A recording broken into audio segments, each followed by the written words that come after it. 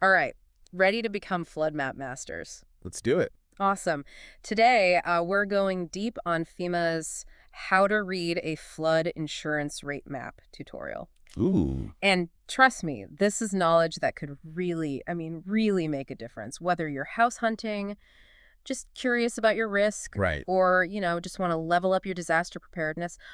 Understanding these maps, it's key. Oh, for sure. It's like a secret decoder ring for potential flood zones. Exactly. And by the end of this deep dive, you'll be able to look at those colorful maps and actually know Yeah. what they mean for you, your property, even your community. Yeah, and that's important because flood maps, they aren't just pretty colors, right? Right. They're the official source for flood risk assessment used by the National Flood Insurance Program, Uh-huh. which, as you might guess, plays a big role in determining who needs flood insurance and how much it costs. Okay, yeah, that makes sense. So we're talking about flood insurance rate maps Yes. or firms, right? Yeah, you got it. Firms. They're like detailed blueprints of flood risk, showing not just the zones, but also base flood elevations, boundaries, Wow. and even landmarks. Yeah. It's like kind of like a treasure map. Okay. But instead of buried gold, we're looking at potential floodwaters. Okay, treasure map for floodwaters. I like that. But Yeah. let's talk about those zones. Yes. Because I've heard they can get a little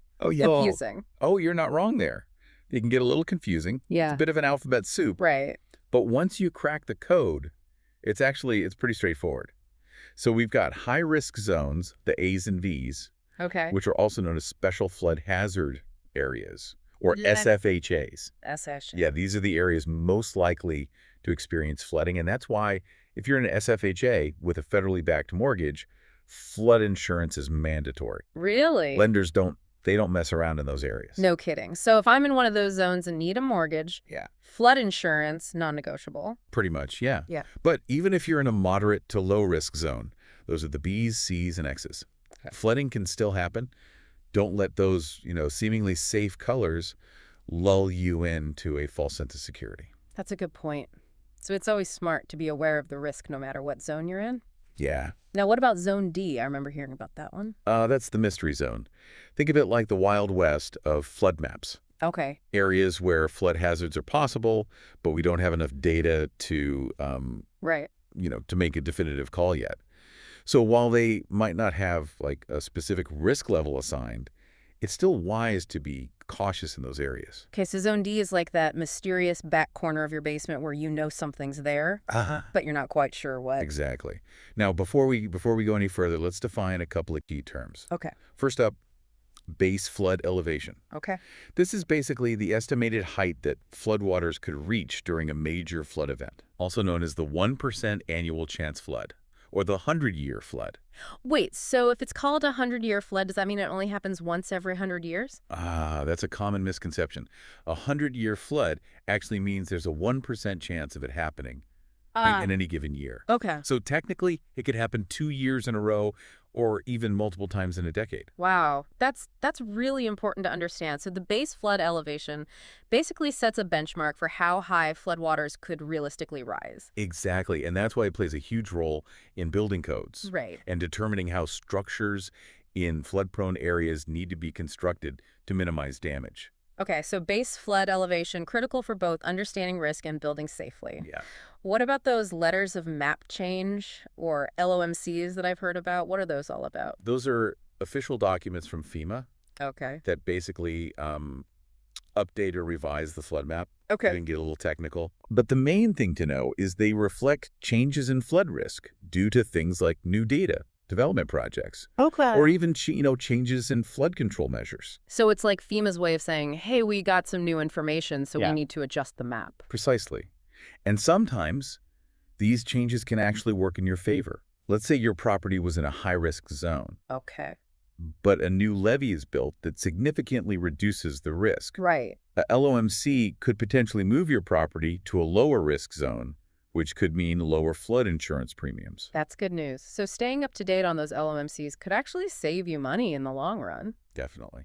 Now, I'm probably not the only one wondering, how do I actually find my own flood map? Is that something you need a special decoder ring for, or is there an easier way? No decoder ring required. FEMA has this awesome online tool called the Map Service Center. Oh, or MSC for short. You can find it at msc.fema.gov. Super user-friendly. Yeah. Just type in your address, hit search, and boom, your flood map appears like magic. that sounds way easier than I expected. So I type in my address. Yeah. And then what? What am I looking at? Well, you'll see a lot of helpful information on the results page. Okay. First, you'll get the map number and the effective date. Uh-huh. So you're looking at the most up-to-date information. Right. You'll also see links to download the map if you want to explore it in more detail offline. Okay, so I've got my map. Now what? It's probably just a bunch of lines and colors, right? Well, yes and no. The colors represent the different flood zones we talked about earlier. Okay. And the lines show things like base flood elevations and boundaries. But don't worry, it's not as overwhelming as it might seem at first glance. FEMA has done a pretty good job of making these maps user-friendly. Okay, good to know. So where do I even begin? What should I be looking for in my map? First, take a look at the locator map. It shows your location within the larger area. Okay. So you can get a sense of the overall flood risk in your neighborhood. Right. And check out the legend. It's like a key. Yeah. That explains all the colors, symbols, and abbreviations used on the map. Ah, the legend. My old friend from childhood map adventures. Right. Okay, so I've got my bearings. I understand the legend. Now I'm ready to zoom in and see what's going on in my specific location, right? Exactly. You can zoom in on the map to see your property. Okay. And its flood zone designation. All right. And remember, that designation tells you a lot. Is it a high-risk zone where flood insurance is mandatory? Right. Is it a moderate risk zone where insurance might be optional but still a good idea? Okay. That's all crucial information to have. All right, so finding your flood zone is as easy as typing in your address and zooming in. You don't even need a special decoder ring. Now, for those of us who are feeling extra adventurous and want to go beyond the basics, is there anything else we should know about these flood maps? There is. FEMA offers a more advanced tool called the National Flood Hazard Layer Viewer. Okay. Or NFHL for short. Think of it like the red pill. That takes you deeper into the matrix of flood data. I like it. It's a great resource for professionals, Okay. researchers, or anyone who wants to really geek out on flood risk analysis. Okay, so the NFHL is like the pro level Yeah, you could say that. of flood map exploration. Yeah. I like it. Now, let's say I've explored the map online. Right. But I want to download it and really dig into the details. Okay. Can I do that? Absolutely. You can download the entire map package as a zip file. Right. It includes different file types, some for viewing, some for use with specialized software. Yeah. It's like a flood map toolkit for the, the serious researcher or anyone who just likes having all the data at their fingertips.